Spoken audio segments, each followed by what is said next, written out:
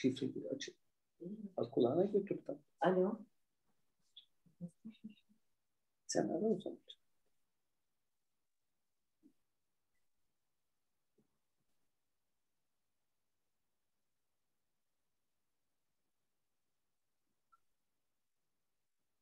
Sen ara.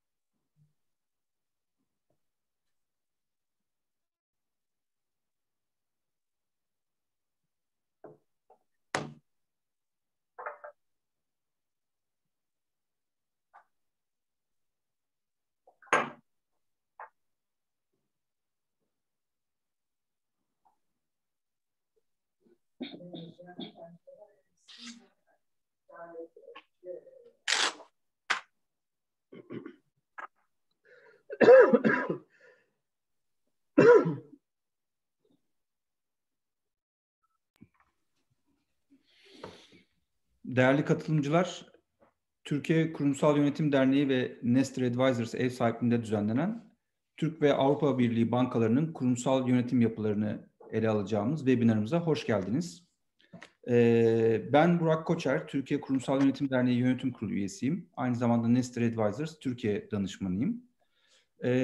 Türkiye Kurumsal Yönetim Derneği 2003 yılından bu yana kurumsal yönetim ilkelerinin en iyi uygulamalarıyla ülkemizde benimsenmesi için çok önemli bir rol üstlendi bir sivil toplum kuruluşu olarak. Bankacılık sektörü de ilk sektör raporu olacak TKYD'nin ele aldığı.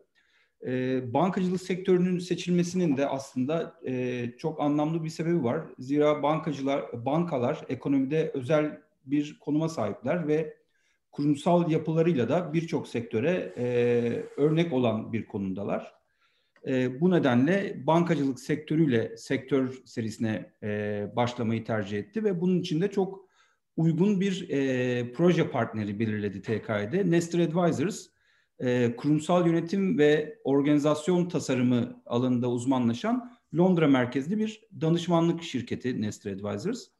Finansal kurumlar da dahil olmak üzere birçok saygın kuruluşun yönetim kurulu ve üst yönetimine kurumsal yönetim, karar alma ve kontrol süreçlerinin geliştirilmesi anlamında danışmanlık hizmeti verdiler. Bugün çok değerli panelistlerimiz var aramızda. İzninizle onları takdim edeceğim ve akışı size sunacağım. Bir sonraki slayda geçebilirsek lütfen Konstantina. Evet, ilk olarak Stilpen Nestor'ı takdim etmek isterim.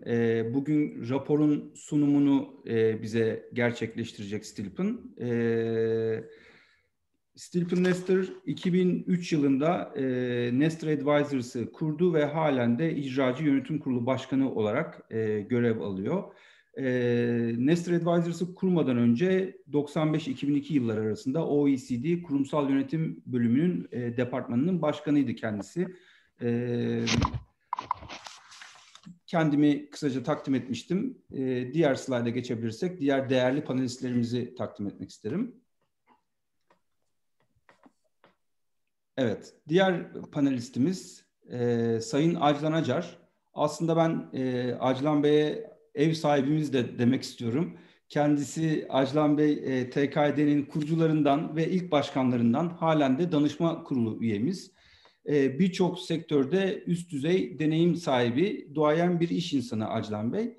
Bankacılık sektöründe de üst düzey roller üstlendi ve çok kritik süreçlerde ülkemizin önemli bankalarına liderlik yaptı. Halen Türk Telekom'da yönetim kurulu üyesi olarak görev yapıyor. Bir danışmanlık şirketi var. Geçen yıl bu değerli tecrübelerini de bizimle çok güzel bir kitapla paylaştı. Tam zamanlı Deneyimlerim Işığında Dönüşüm Yönetimi adlı bir kitap yayınladı geçen yıl. Diğer değerli panelistimi takdim etmek isterim. Hüseyin Bey. Hüseyin Bey, HSBC Bank Yönetim Kurulu raportörü.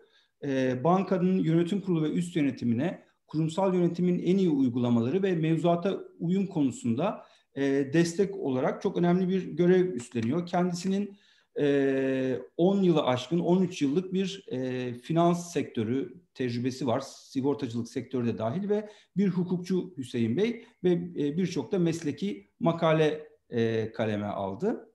20 dakikalık, yaklaşık 25 dakikalık sunumun ardından, rapor sunumunun ardından değerli panelistlerimizle 20 dakikalık bir panel bölümümüz olacak bugün. Paneli tamamladıktan sonra da soru cevap bölümüne geçeceğiz. Bir nebzede teknik bilgiler paylaşmak istiyorum. Bir sonraki slayda geçebilirsek.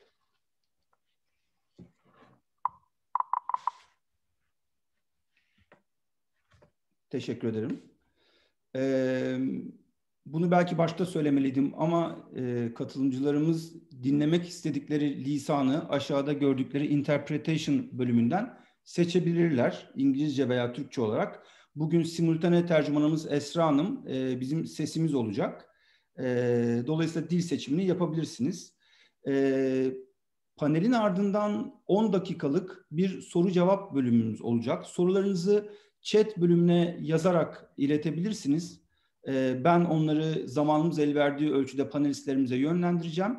Aynı zamanda dijital olarak da el kaldırabilirseniz şuradaki raise hand tuşunu seçerek ben mikrofonunuzu açarak size sorunuzu sorma imkanı vereceğim. Soru cevap bölümümüzün sonunda da günü kapatırken mini bir anket hazırladık. Bu anket sorularında cevaplarınızı açılan pop-up pencerede verebilirsiniz. Çoklu seçeneklerden seçim yaparak. Bunları da panelistlerimizle kısaca değerlendirme imkanımız olur. Katıldığınız için ben sizlere tekrardan çok teşekkür ediyorum ve sözü Stilpon Nestor'a bırakıyorum. Stilpon.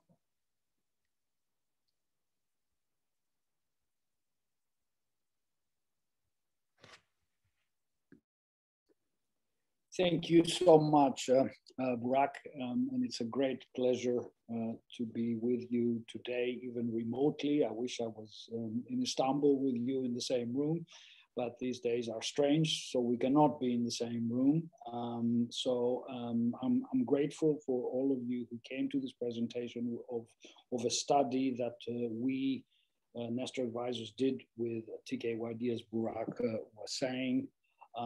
And I'm mostly grateful to our two very distinguished panelists, as Burak was saying again, Açısından Bey and Hüseyin Bey, and I'm really very pleased to have them around to comment on what we found. So our study is essentially compares governance practices of nine of the largest Turkish banks with 20 of the European peers. And we're essentially looking at four areas. We're looking at board composition, the directors that are on the boards, at the structure of the board, the committees, the way the board does its work. So the board functioning and the workload of people on the board, how much they actually put into that. And finally, we look at the profile of the chair of the board. We are very happy to present this, and we're really looking forward to your inputs and, of course, to the panelists' inputs on all of this. If we go to the next slide.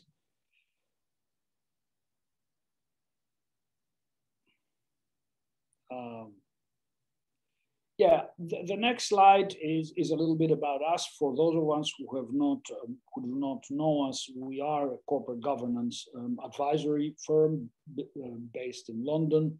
We essentially work with boards of directors of companies and banks. Banks are traditionally our biggest clients, they're about 2/3.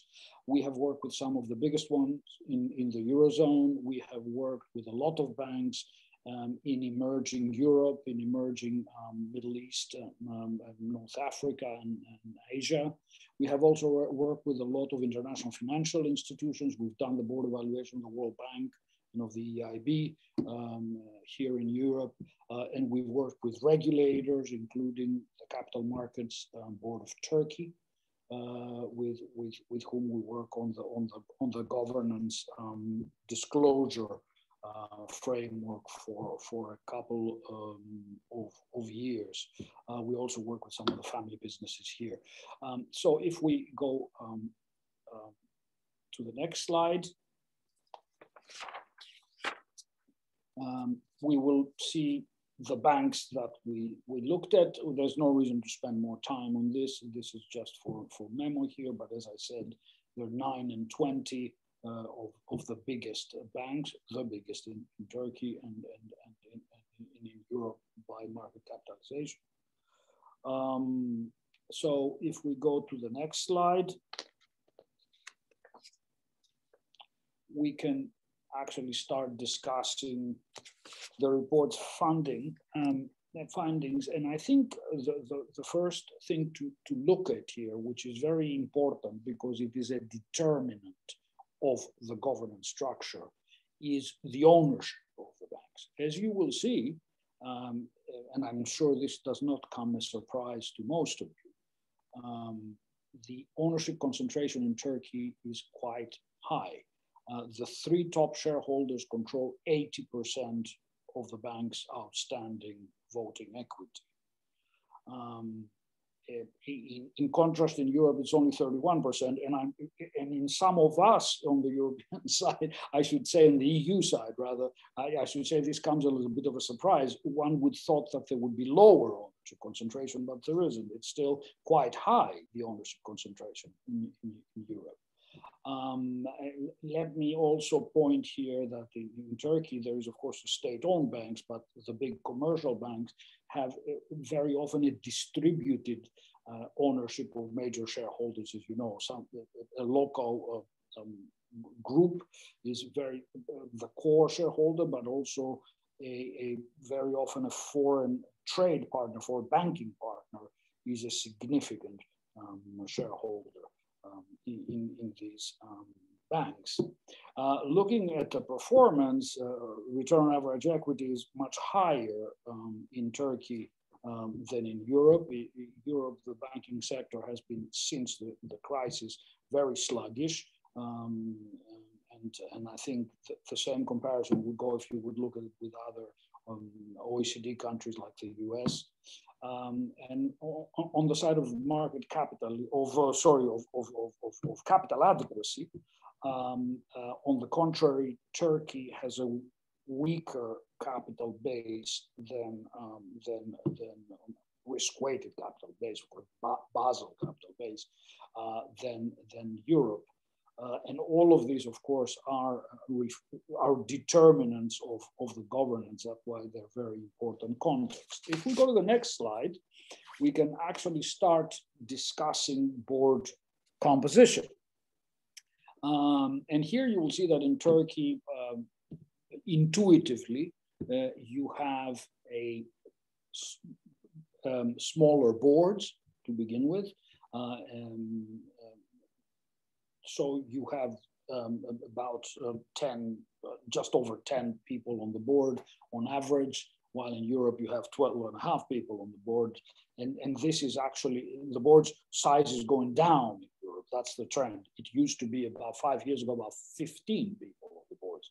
So these are very large boards to accommodate many different perspectives and stakeholders. On the executive side, Europe is again, the trend is to have fewer and fewer executives on boards. even on the boards, like the unitary boards, which would have executive board. As you know, some of you might know that in Germany and in other countries, we have a two-tier board structure whereby the supervisory board does not have executives by law. On the contrary, in Turkey, you still have a more significant executive part. And if you ask me, that I have seen the banking board develop for a long time now. I sometimes miss the fact that we don't have more executives on board, and we are ending with having in Europe only the CEO and sometimes one more person like the CFO. I think the boards are poor for that, but that is the trend, and that is the way the supervisors look at the whole issue.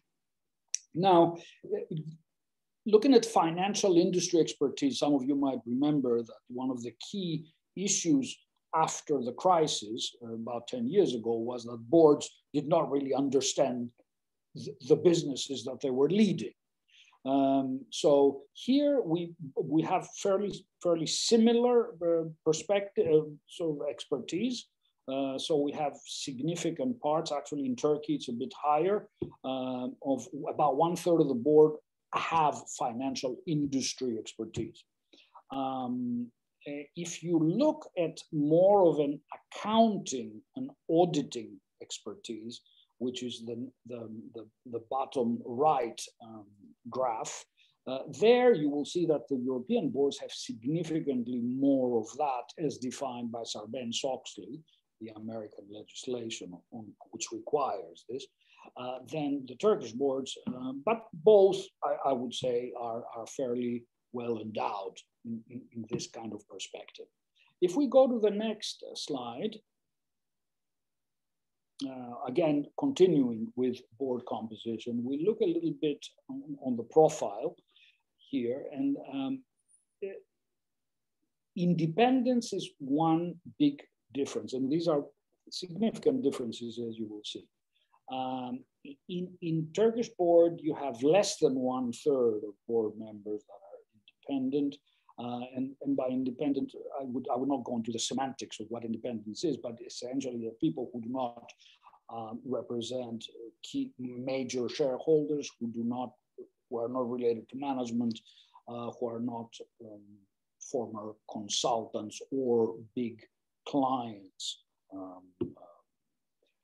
Now, it's about 1/3. That is partly explained, of course, by the ownership concentration that we discussed.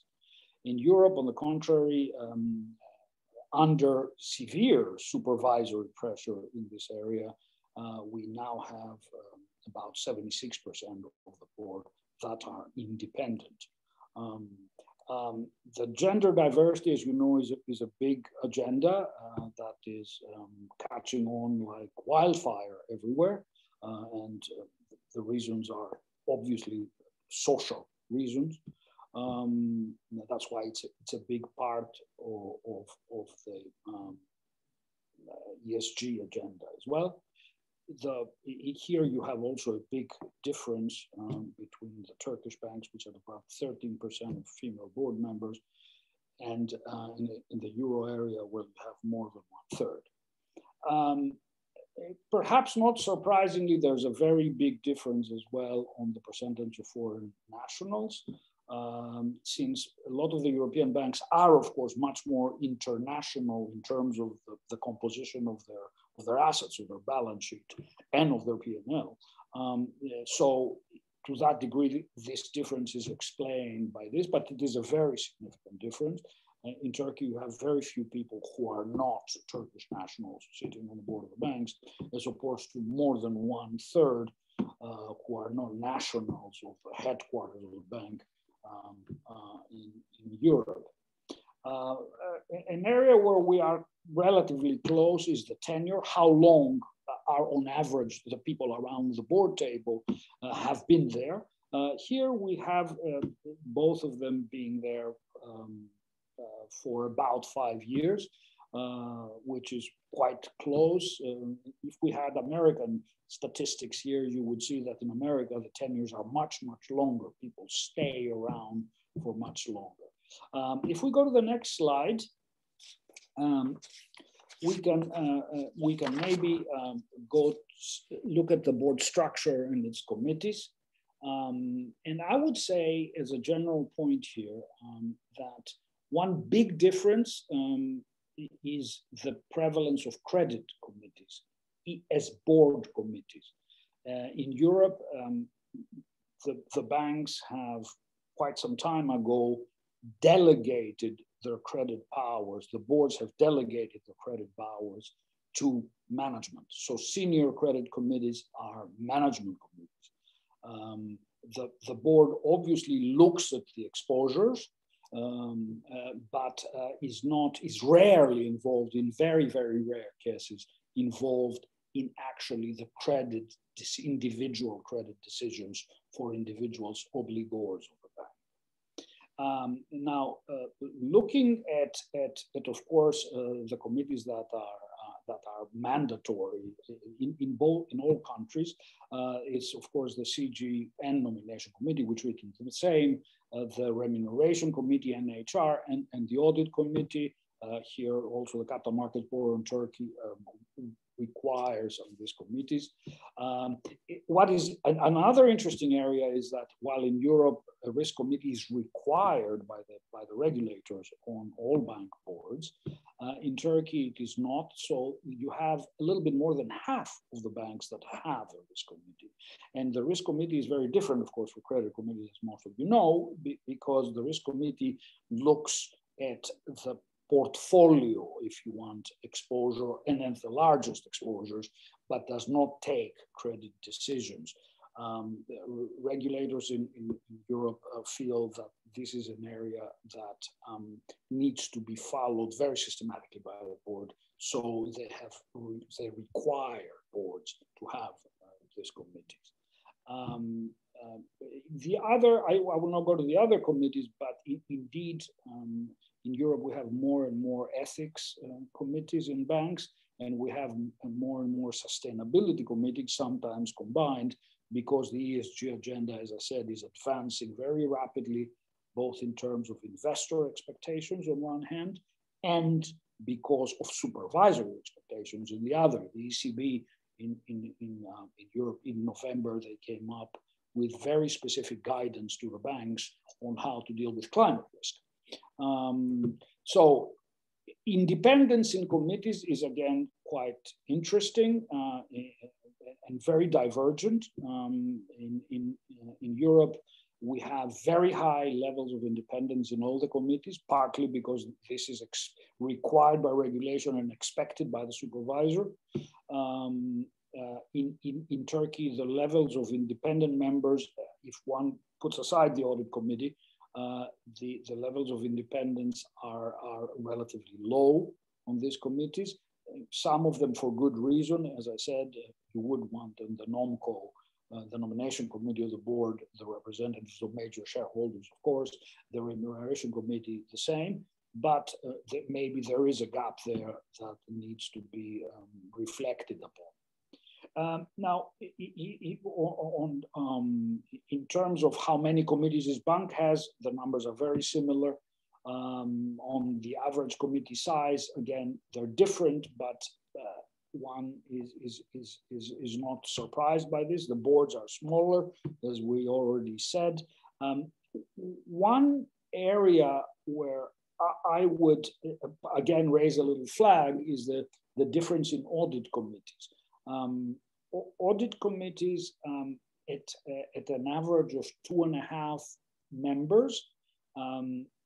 In the supervisors that I'm familiar with in Europe would consider them very small, because audit committees, in order to exercise their challenge, need a bigger panel of opinions around the table. Of course, I'm very familiar that in Turkey, audit committees are differently structured and have essentially one member which is full-time there. So it is a very different approach. We don't have time to go into detail right now on it, but I'm sure we might do that in the discussion. Advancing on the presentation and going to the functioning and workload area. Here, I would again, looking at board meetings, I would note that Turkey has Turkish boards meet much more often. And again, we're not surprised at that. This is something that we see in many emerging markets and even in some European markets, EU markets in that respect. The other area where you have a big difference is, of course, how outsiders are the directors, the non-executive directors in banks. And we will see that this is different here because the average number of outside directorships is less than one in Turkish banks. So most members, I would say, in a Turkish bank board do not sit on other boards. They spend a lot of time on this board, on this particular, and when I say other boards, we mean boards of listed companies here. We don't mean boards of affiliates or of private companies or organizations. In Europe, the number is much higher. It's more than double, actually. People sit on average. So these people have a much more outsider portfolio. Of course, the other side of this coin is that they spend less time on looking at the bank, and that explains the difference maybe in board meetings. And policymakers often need to balance these two things because you do want an outside perspective, but you also want ample time spent on supervising a bank. Now, on full-time external positions, which is whether there's, for example, a CEO in another company, the numbers are very, very different, very similar, actually, they're identical here. The last point, which is interesting, is that, and this is a disclosure point, means that in Europe, almost every bank will disclose the secretary of the board. Because it is an important position. It is a key gatekeeper for the board. In Turkey, much fewer banks will disclose such a position. Many might have it, but much fewer will disclose it. So again, the point here is that there needs to be a senior person that plays this gatekeeping role to the board. And is able to keep the board's cohesion, to keep it together, to keep everything together, both in terms of information and follow-ups. If we continue,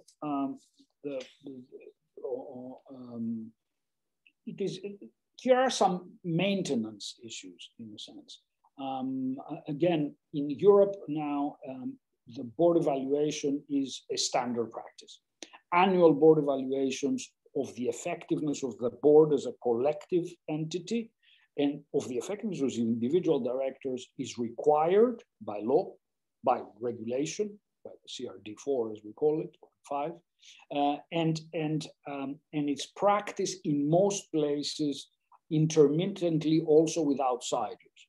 For example, we as an advisory firm do quite a few board evaluations of financial institutions. Every 2 or 3 years, every financial institution takes a look at the way its board works, and it also takes a look at the way its governance is organized. This is called an internal governance review. All of these things are required, and most banks feel, and most corporate governance codes call for an external evaluation every 2 or 3 years. In Turkey, this seems to be a much less, let's say, developed practice, these maintenance and assurance practices in the area of corporate governance. Finally, I'm coming to our last substantive point here, and this has to do with the chair of the board. And this is a very interesting comparison because in the European context and supervisory expectations, the independence of the chairman, whether at appointment or continuing independence, is more and more an expectation. It's not a requirement. The requirement is to separate the CEO from the chair, but it is an expectation. So as you see, 65% of the banks would have a chair who is independent or was independent in their appointment. In Turkey, this is not the case. This is usually somebody quite close to one of the major shareholders, actually. In terms of how long the chair has been there, the numbers are very similar, but the numbers are not that, and the same goes for the financial industry experience of the chair. So about 1/3 of the chairs in both markets have a previous banking profile, but only 1/3, not more.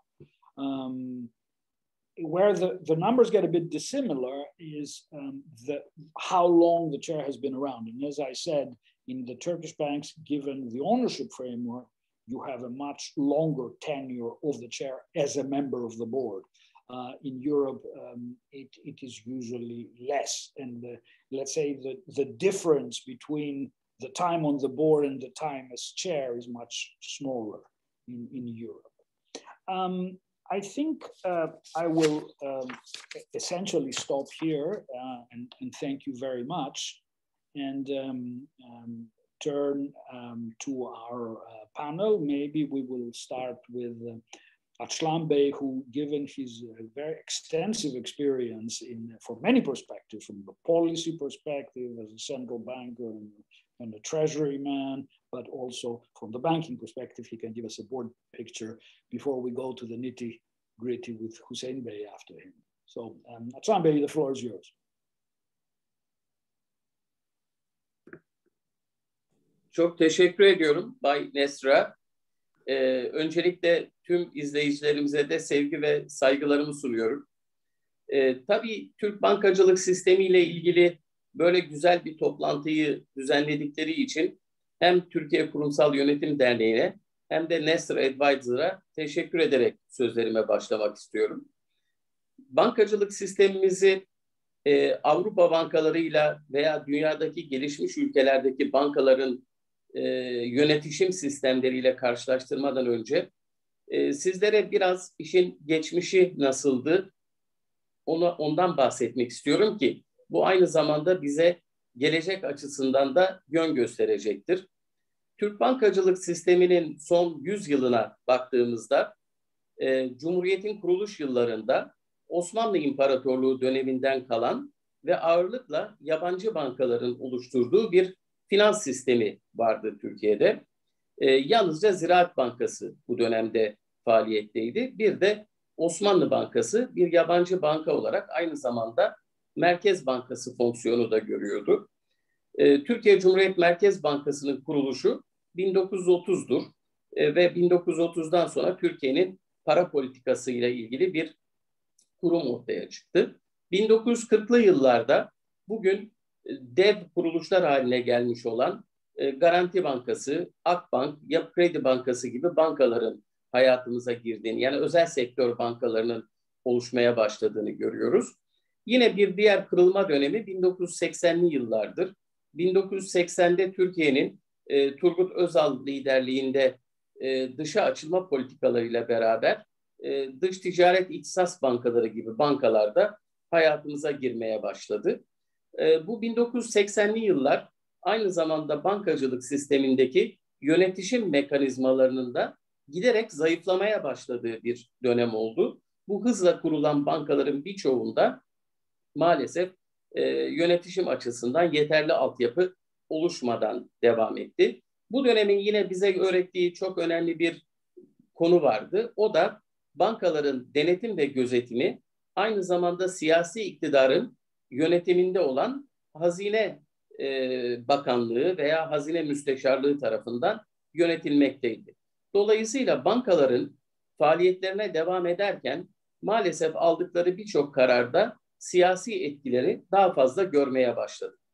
Bu durum bizi 2000 senesinde yaşadığımız olağanüstü büyük bir finansal krizle karşı karşıya getirdi ve Türkiye'de gerçekten tarihinde görülmemiş bir finansal kriz sonucu 40 civarında banka tasfiye edilerek, kapatılarak veya konsolide edilerek finans sektörünün dışında kaldı. Bu aslında bize geçmişten alacağımız en önemli derslerden bir tanesini verdi. Eğer bankacılık sistemini yönetişim açısından doğru şekillendiremezseniz olağanüstü büyük problemlerle karşı karşıya kalabiliyor ülkeler ki Türkiye bunu yaşayarak gördü. Tabii 2001 senesinde oluşturulan yapı aslında Türk bankacılık sisteminin bugün geldiği güçlü konumun bir temeliydi ki biraz önce sunumlarda da gördük. Aslında Türk bankacılık sisteminde yönetişim açısından oluşturulan kanallar Avrupa veya dünyanın gelişmiş ülkelerindeki bankalara göre çok da uzak değil. Hala yolumuz var. Kapatmak için hala çalışmamız gereken alanlar var ama bence burada en kritik noktalardan bir tanesi Bankacılık Düzenleme ve Denetleme Kurulu'nun devreye girmesidir. BDDK bu kurallar sonucu oluştuğunda bankaların gelecek tasarımına ilişkin düzenlemelerinde yapan bir tek otorite olarak ve bağımsız kuruluş olarak devreye girdi. Dolayısıyla Merkez Bankası'nın ve hazinenin üzerindeki gözetim ve denetim yetkisi BDDK'ya geçti. Bu önemli bir kırılma noktasıydı. Aynı zamanda BDDK'nın da oluşturduğu altyapıyla beraber bankacılık sistemi için bugün modern anlamda anladığımız yönetişim sistemlerinde altyapısı oluşturulmaya başladı. Güzel bir tesadüftür ki biz de bilinçli bir şekilde 2003 yılında Türkiye Kurumsal Yönetim Derneği'ni kurduk ki Kurumsal Yönetim Derneği'nin kuruluş felsefesinin altında da aslında yönetişim açısından oluşturulması gereken altyapıya ilişkin farkındalığı Türkiye'de yaratmak vardı. Burada biz tek başına bankaları hedeflemedik. Tabii ki Türkiye genelindeki şirketler dünyasındaki yönetişimin tamamını ele aldık ama tabii ki bankalar burada çok önemli bir rol aldı. Önemli kırılma noktaları içinde neler var diye bakarsak 2001 sonrasında bankacılık sisteminde artan bir şeffaflık uygulaması görüyoruz. Yani bankalar raporlarını halka açık olanlar veya olmayanlar daha şeffaf bir şekilde daha sık aralıklarla ilgili otoritelere raporlamaya başladı. Hukuki düzenlemeler açısından baktığımızda ise Banka Yönetim Kurulu üyeleri için ilave hukuki müeyyideler getirildi. Yani bir bankanın yöneticisi bankayı eğer doğru yönetmez ise yönetim kurulu düzeyinde veya icra düzeyinde veya yaptığı hatalardan dolayı bankada bir zarar olursa banka yöneticilerinin şahsi mal varlıklarıyla sorumlu oldukları bir döneme girdik. Bu tabii çok ciddi bir şekilde herkesin bir kere daha konu hakkında derin düşünce sahibi olmasını sağladı. Tabii bu hukuki düzenlemelerin yanı sıra yine biraz önce Bay Nestor'ın sunumu sırasında bahsettiği banka yönetim kurullarında komiteler oluşmaya başladı. Bunlar gerek denetim açısından, gerek riskin erken saptanması açısından, gerekse sürdürülebilirlik açısından bankacılık sistemini geleceğe taşıyan komitelerdi. Tabii ki burada gönül ister ki bu komitelerin üyeleri daha geniş, bağımsız üyelerden oluşsun. Yine gönül ister ki banka yönetim kurullarında görev yapan yönetici arkadaşlarımızın yönetim kurulu üyelerinin başka yönetim kurullarında hatta reel sektörde de görev yaparak biraz daha farklı alanlarda bilgi, beceri ve deneyime sahip olması her zaman daha fazla tercih edilir. Bugünkü yapıya baktığımızda biz bu alanda biraz daha geri kaldığımızı görüyoruz. Yani banka yönetim kurulları üyeleri, yönetim kurulu üyeleri özellikle supervisory boardlar döneminde ağırlıkla banka dışı başka işlerle ilgilenmiyorlar. Bu da tabii zaman zaman ekonominin veya sektörlerin gittiği yönü görebilmek açısından bir eksiklik olarak nitelendirilebilir. Tabii sürdürülebilirlik çalışmalarına ben çok önem veriyorum. Bugün Türkiye'deki lider bankalarımızın hemen hemen tamamında bu sürdürülebilirlik raporlamaları yapılmakta. Yine GRI veya benzeri uluslararası kuruluşlardan bu alanda raporlamaları görüyoruz. Ben bankacılık sektörünü ekonominin barometresi olarak görüyorum. Yani bir ülkenin bankacılık sektörü ne kadar güçlü, ne kadar iyi yönetişim sistemine sahipse reel sektörü de aynı oranda başarılı olduğunu görüyoruz. Dolayısıyla aslında bankaların bir anlamda bazı sorumlulukları da var. Yani birlikte çalışmış oldukları veya kredilendirme çabası içinde bulundukları firmalara da yön ve yol gösterme açısından da bankaları çok önemsiyorum. Kaldı ki bugün EBRD gibi küresel kuruluşlara baktığımızda birçoğu aslında kredi ilişkilerinde yönetişim sistemlerinin doğru oturtulmuş olmasını çok önem veriyor ve uygulamalarda buna özel bir önem gösteriyor. Buradan şuna gelmek istiyorum. Aslında banka yönetim kurulları bir anlamda beyin fonksiyonu görmekte. Dolayısıyla bu beyin fonksiyonu doğru çalışmadığı takdirde diğer fonksiyonların doğru çalışmasını beklemek maalesef mümkün olmuyor. Nasıl ki bir insanın beyni çalışmadığı zaman kol, bacak ve diğer uzuvlar farklı farklı yönlere hareket ediyorsa, bankalarda da aynı şekilde supervisory board anlamında söylüyorum. Yani gözetimden sorumlu. Executive boardları bunun dışında tutuyorum. Onlar icracı görevler üstlenmekteler. Fakat executive board'un temel görevi aslında icrayı yönetmek, ama supervisory board'un temel görevi de bankaların gelecek tasarımına ilişkin akıl fikir üretmek ve organizasyonu bu yönde yönünü belirlemek. Tabii ki ülkenin iktisadi gelişimi ve dünya ile rekabet edilecek bir ortama doğru gitmesi de bankaların bu sistemleri özellikle yönetim kurullarından başlayarak kendi işlerinde oturtmalarıyla söz konusu olacak ve başarılı olacak. Bu bakımdan bugünkü paneli ve konferansı çok önemli görüyorum. İnşallah buradan çıkan sonuçlar Türk bankaları için, Türk bankacıları için ve bu paneli düzenleyen Nestor Advisors ve Türkiye Kurumsal Yönetim Derneği için de faydalı sonuçlar olur. En azından buradan olan çıktıları hayatımızda da daha fazla uygulamaya hep beraberce çaba sarf ederiz. Ben çok teşekkür ediyorum. Sözü sizlere devrediyorum.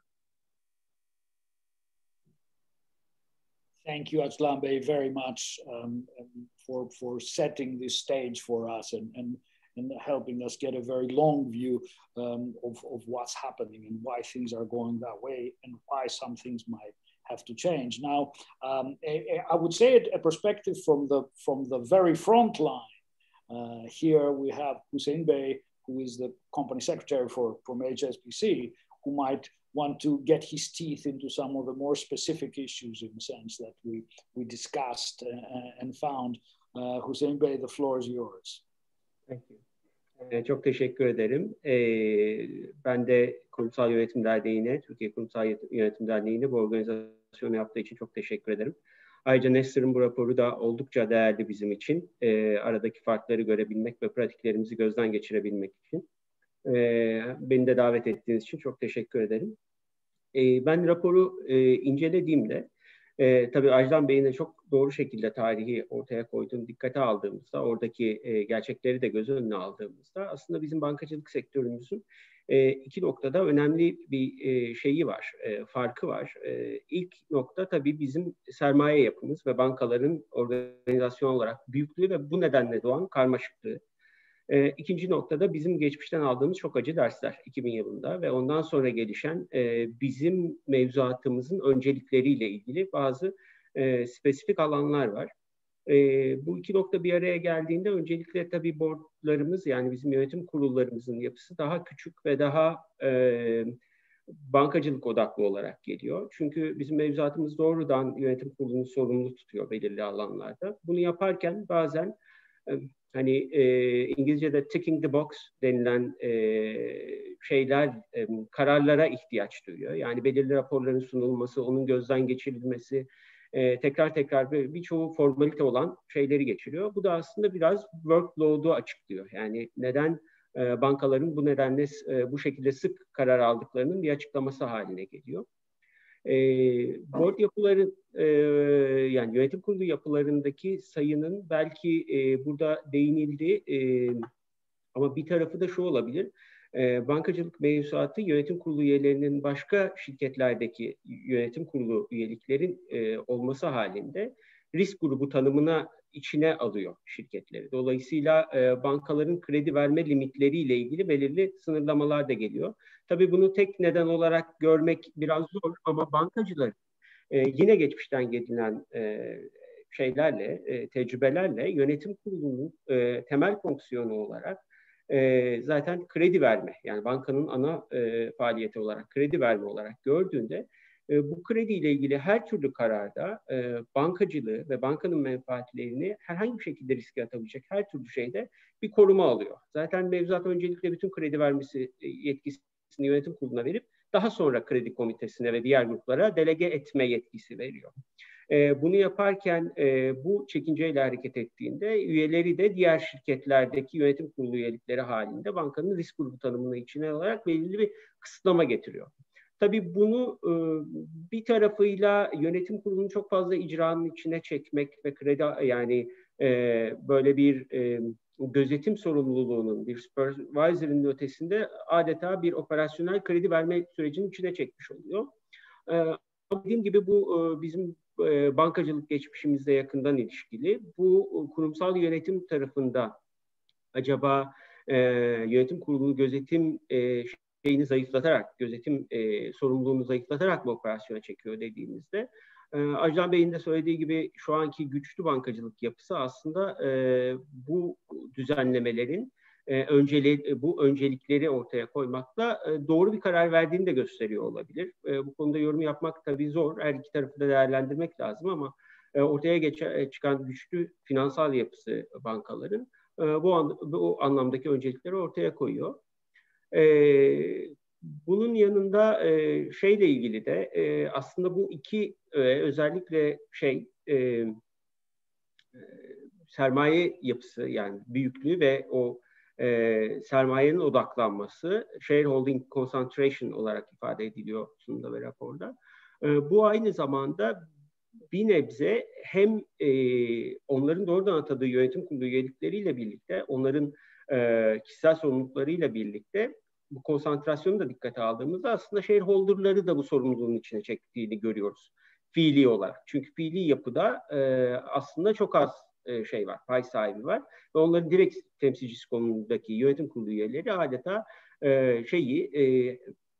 yönetim kurulu üyeleriyle birlikte neredeyse pay sahiplerini de bütünüyle sorumluluğun içine atıyor.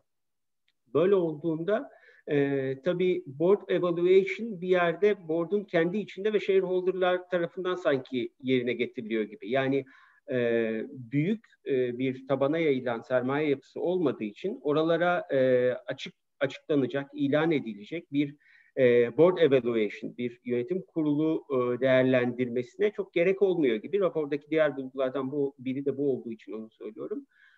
Bu değerlendirmelere çok fazla ihtiyaç olmadığı görülüyor. Dolayısıyla ve bunun dışında da zaten kredi komitesinden de bahsettik. Aslında bu yapıların doğal bir sonucu olarak, önceliklerin doğal bir sonucu olarak da kredi komitesine ihtiyaç duyuluyor ki hızlı hareket edebilen, doğrudan işin içinde karar alabilen bir yönetim kurulu üyesi profili oluyor. Tabii fiiliyatta görüyoruz, denetim komitesi, özellikle denetim komitesi üyeliği yanında biliyorsunuz iç sistemlerden sorumlu yönetim kurulu üyesi ataması da yapılıyor bankada. Özellikle o yönetim kurulu üyeleri neredeyse tam zamanlı bir yönetici gibi bankalarda oluyorlar. Bütün iç sistemlerin raporlamalarından vesaire sorumlu oluyorlar. Aynı şekilde kredi komiteleri de oldukça yoğun çalışıyorlar.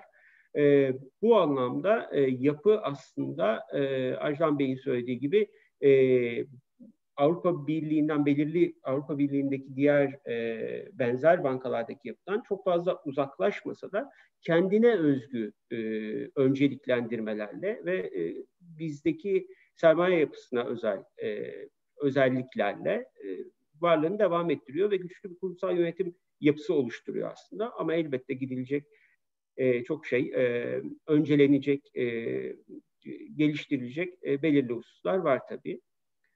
Benim değerlendirmelerim bu kadar. Çok teşekkür ederim.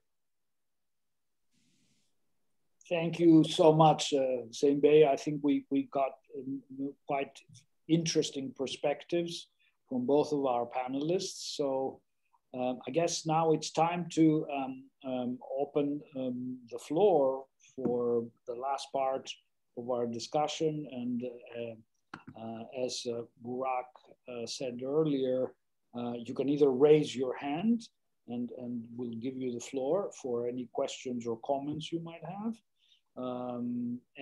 Or you can write.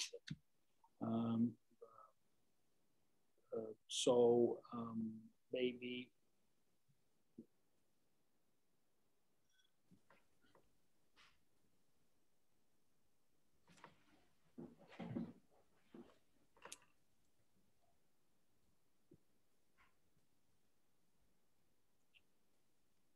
söz almak isteyen olursa ben memnuniyetle sorunuzu panelistlerimize yönlendireceğim, değerli katılımcılar, veya chat bölümünden de yazabilirsiniz.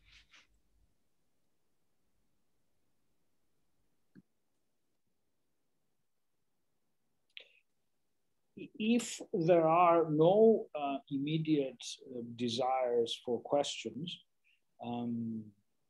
maybe what we can do then is go to, we have a couple of questions for you, and you can vote on them in a survey, and we can hold then the mirror to you and see what you think is needed or not needed in terms of looking forward in the Turkish banking system.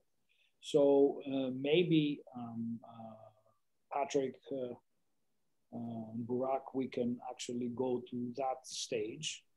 By the way, bu arada bir katılımcılarımızdan soru sormak isteyen bir kişi var. İsterseniz soruyu alalım. Okay. Ondan sonra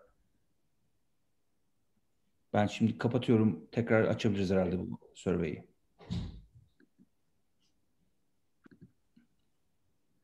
Evet. Yes, Nihal indeed. Since Hanım. we have somebody who wants to ask a question, that's great. Evet. Buyurun Nihal Hanım.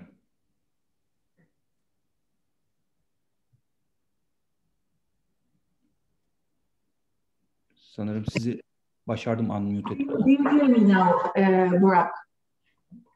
Evet. We can hear you. Please Okay. go ahead, Nihal.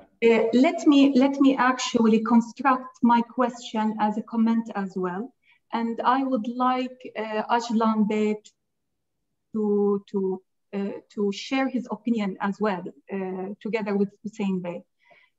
We have witnessed that the drifting of the independency example of the board of directors from the example of the European Bank, and we have also witnessed the drifting away from the independency model of the chairman of the board, comparing to example in the European banks. It's true. I also highlight this. It's actually the case in Turkey. But I would also attract the attention that the model of the audit committee structure in the banking sector in Turkey plays a strong gatekeeper role for providing the assurances of the independency as much as they can.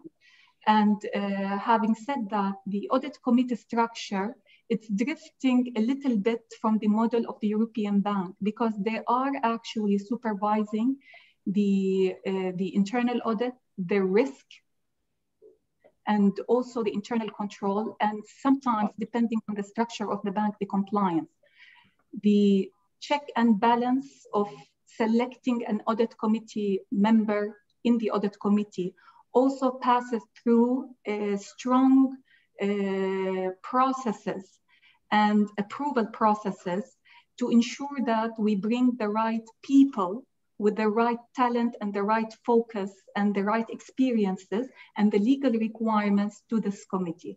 So in my opinion, although we're drifting away from certain independency, good independency market practices, the Audit Committee kind of provide a balance to ensure the shadow of the right independency is there in the banking sector. So I would like to hear Ajlan Bey's view if he is welcoming this opinion, whether it's true we're not in the similar example of the European banks, but in a way we have a strong asset, which is our Audit Committee structure. Thank you. Teşekkürler. Thank you very much, Nihal. Before I turn to Açılan Bey, my own view, you probably know already, is a historical view. It's like this setup was very much needed after the crisis that Açılan Bey explained. We might, though, be in a level of maturity now that there might be pros and cons to consider in having all of the control structure of the bank not being actually accountable to management. This has some, I would say, direct implications on accountability and the integrity of the executive power in a bank. That's what I would say from a European perspective. So my view would be it's time to rethink the model maybe a bit. But I turn over to Açılan Bey. Çok teşekkür ediyorum. Nihal, çok teşekkür ederim. Çok güzel bir soru. Şimdi tabii bugünkü Türk bankacılık sisteminin içindeki yapıya baktığımızda 3 ayrı klasman görüyoruz. Bunlardan birincisi devlet bankaları. Yani halen Türkiye'de çok aktif bir şekilde finans sektörü içinde görev yapan Ziraat Bankası, Halk Bankası gibi, hatta Vakıflar Bankası gibi devlet bankaları. Bunları bir gruba koyuyoruz. Bir grupta yabancı bankalar ki Hüseyin Bey'in de görevi yaptığı HSBC bunlardan bir tanesi. Bir diğer grupta Türkiye'deki özel sektör bankaları. Tabii yönetişim sistemlerinin kendi içindeki işleyişi bakımından bu 3 grup bankanın da farklı özellikler gösterdiğini görüyoruz. Örneğin kamu bankalarında zaten devletin yaptığı bir anlamda devlet memuru niteliğindeki atamalar bu görevi götürüyorlar.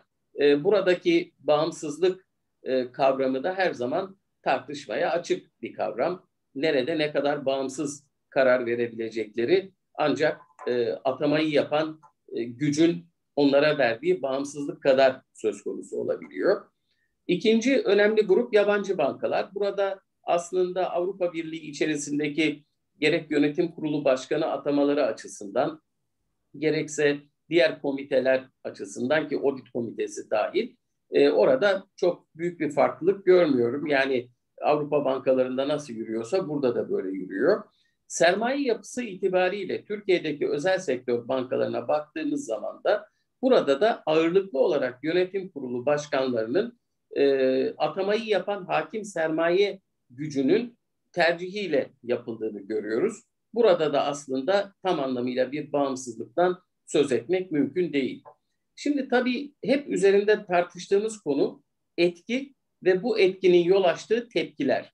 Biz 2001 krizinden sonra o kadar çok korktuk ki, o kadar çok büyük problemlerle karşılaştık ki bu defa aldığımız önlemler, yani tekrar bu problemlerle karşılaşmamak için aldığımız önlemler olağanüstü büyük kısıtlara yol açmaya başladı. Tabii bu da çok sağlıklı bir yapı değil. Onun için ben biraz da geleceği düşünerek bu kararları revize etmemiz gerektiğini düşünüyorum. Ama şurada katılıyorum. Örneğin audit komiteleri bugün son derece iyi çalışıyor. Bütün bankalarda son derece gerek kanunun verdiği kısıtlamalarla gerek yetkinlikleri açısından.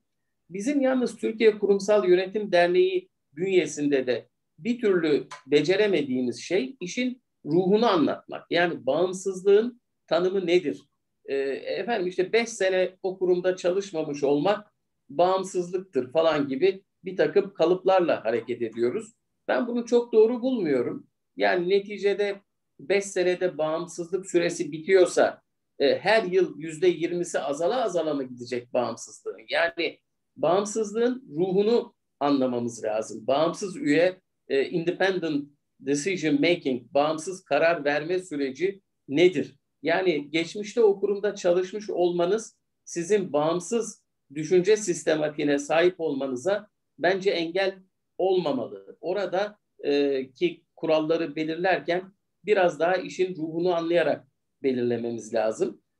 Maalesef şu anda hala o noktaya yeteri kadar gelebilmiş değiliz. Yani herkes kendi kontrolü içerisinde faaliyetlerini yürütmek açısından özellikle özel sektör bankalarında bu yapıyı görüyoruz. Örneğin bankada geçtiğimiz 5 yıl önce bankadan ayrılmış bir genel müdür yardımcısını yönetim kurulu üyesi olarak atıyorlar ve şeklen ve hukuken bu arkadaşımız bağımsız olmuş oluyor.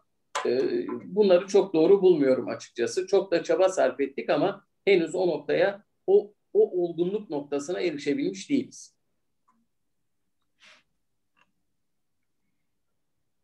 Very good. Thank you very much for that. I would suggest, Burak, I don't know what you think, but I would suggest that we, given the time, that we do go into this final stage of our and we do hold our survey. Sure.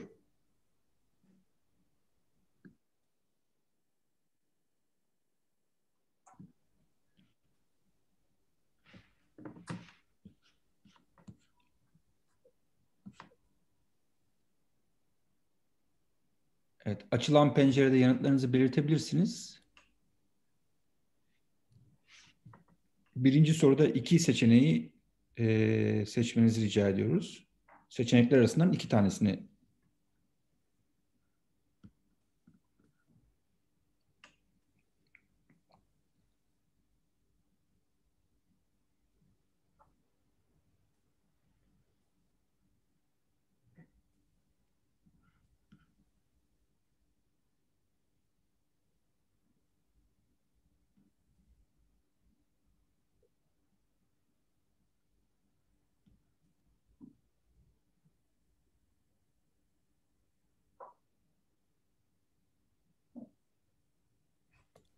How much time do participants have for that? Şu anda %50'si yanıtladı. 1 dakika daha bekleyebiliriz. Kalan 1 dakikada da kalan yanıtlar tamamlanır diye umuyorum.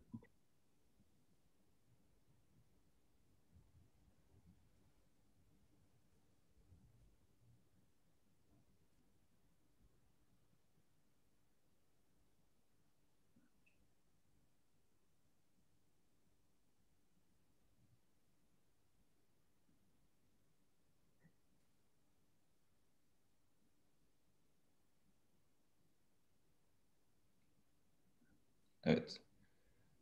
Sonlandırıyorum. Yanıtları paylaşacağım sizlerle.